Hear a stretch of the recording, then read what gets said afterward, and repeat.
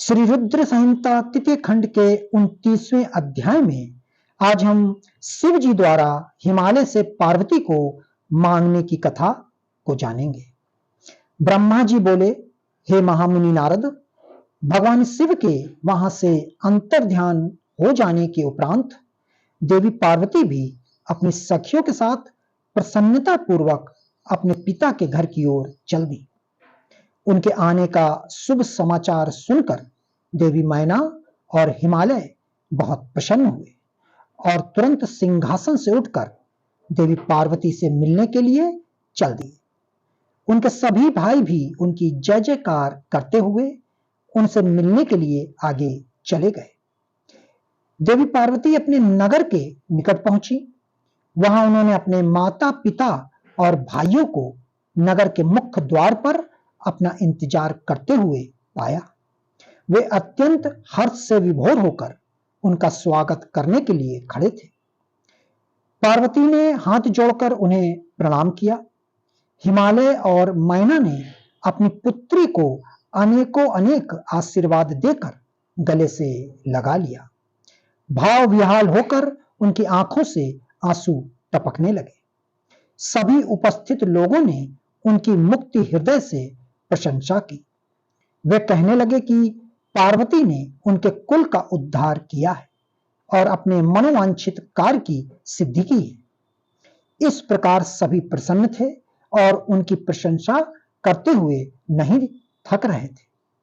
लोगों ने सुगंधित पुष्पों, चंदन एवं अन्य सामग्रियों से देवी पार्वती का पूजन किया। इस शुभ बेला में उन पर स्वर्ग से देवताओं ने भी पुष्प वर्षा की तथा उनकी स्तुति की। तत्पश्चात बहुत आदर सहित उन्हें घर की ओर ले जाया गया और विधि विधान से उनका गृह प्रवेश कराया गया। ब्राह्मणों, ऋषि मुनियों, देवताओं और प्रियजनों ने उन्हें अनेकों शुभ व उत्तम आशीर्वाद प्रदान किए। इस शुभ अवसर पर शैलराज हिमालय ने ब्राह्मणों एवं दीन दुखियों को दान दिया। उन्होंने ब्राह्मणों से मंगल पाठ भी कराया। उन्होंने पधारे हुए सभी ऋषि मुनियों, देवताओं और स्त्री पुरुषों का आदर सत्कार किया। तत्पश्चात हिमालय अपनी पत्नी मैना को साथ लेकर गंगा स्नान को चलने लगे। तभी भगवान शिव नाचने वाले नट का वेश धारण करके उनके समीप पहुंचे। उनके बाएं हाथ में सींग और दाहिने हाथ में डमरू था और पीठ पर कथरी रखी थी। उन्होंने सुंदर लाल वस्त्र पहने थे। नाचने गाने में वे पूर्णता मग्न थे। नट रूप धारण किए हुए शिव जी ने बहुत सुंदर नृत्य किया और अनेक प्रकार के गीत गा गाकर सभी का मन मोह लिया।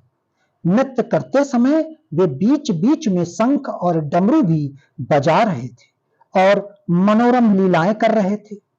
उनकी इस प्रकार की मन को हरने वाली लीलाएं देखने के लिए पूरे नगर के स्त्री पुरुष, बच्चे बूढ़े वहां आ गए। नट रूपी भगवान शिव को नृत्य करते हुए देखकर और उनका गाना सुनकर सभी मंत्र मुग्ध हो गए। परंतु देवी पार्वती से भला यह सब कब तक छिपता। उन्होंने मन ही मन अपने प्रिय महादेव जी के साक्षात दर्शन कर लिए। शिव जी का रूप ही अलौकिक है। उन्होंने पूरे शरीर पर विभूति मल रखी थी तथा उनके शरीर पर त्रिशूल बना हुआ था। गले में हड्डियों की माला पहन रखी थी। उनका मुख सूर्य के तेज के समान शोभा पा रहा था। उनके गले में यज्ञोपवीत के समान नाग लटका हुआ था।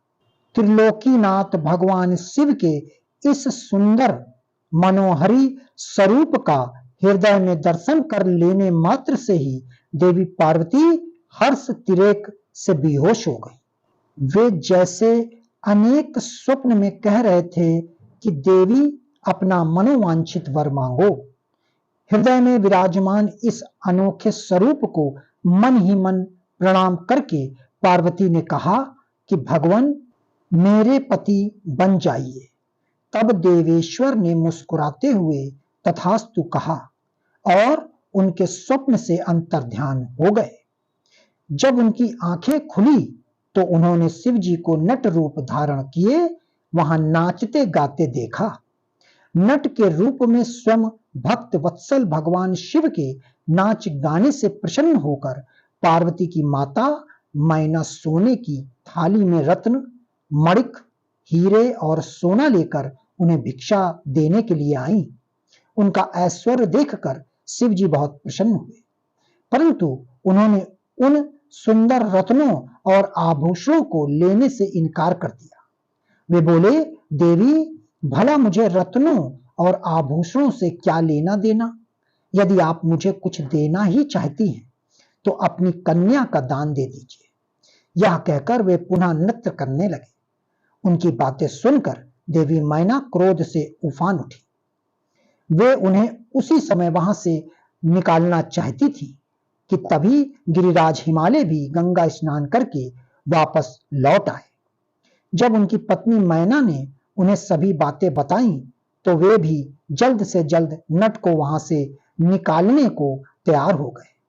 उन्होंने अपने सेवकों को नट को बाहर निकालने की आज्ञा दी, परंतु यह असंभव था। वे साक्षात शिव भले ही नट का रूप धारण किए हुए थे, परंतु उनका शरीर अद्भुत तेज से संपन्न था और वे परम तेजस्वी दिखाई दे रहे थे। उन्हें उठाकर निकाल फेंकना तो दूर की बात थी, उन्हें तो छूना भी कठिन था। तब उन्होंने मैना हिमालय को अनेक प्रकार की लीलाएं रचकर दिखाईं। नट ने तुरंत ही श्रीहरि विष्णु का रूप धारण कर लिया। उनके माथे पर किरीट, कानों में कुंडल और शरीर पर पीले वस्त्र अनोखी शोभा पा रहे थे। उनकी 4 भुजाएं थीं। पूजा करते समय हिमालय और मैना ने जो पुष्प, गंध और अन्य वस्तुएं अर्पित की थीं, वे सभी उनके शरीर और मस्तक पर शोभा पा रही थी। यह देखकर सभी आश्चर्यचकित हो गए। तत्पश्चात नट ने जगत की रचना करने वाले ब्रह्मा जी का चतुर्मुख रूप धारण कर लिया। उनका शरीर लाल रंग का था और वे वैदिक मंत्रों का उच्चारण कर रहे थे।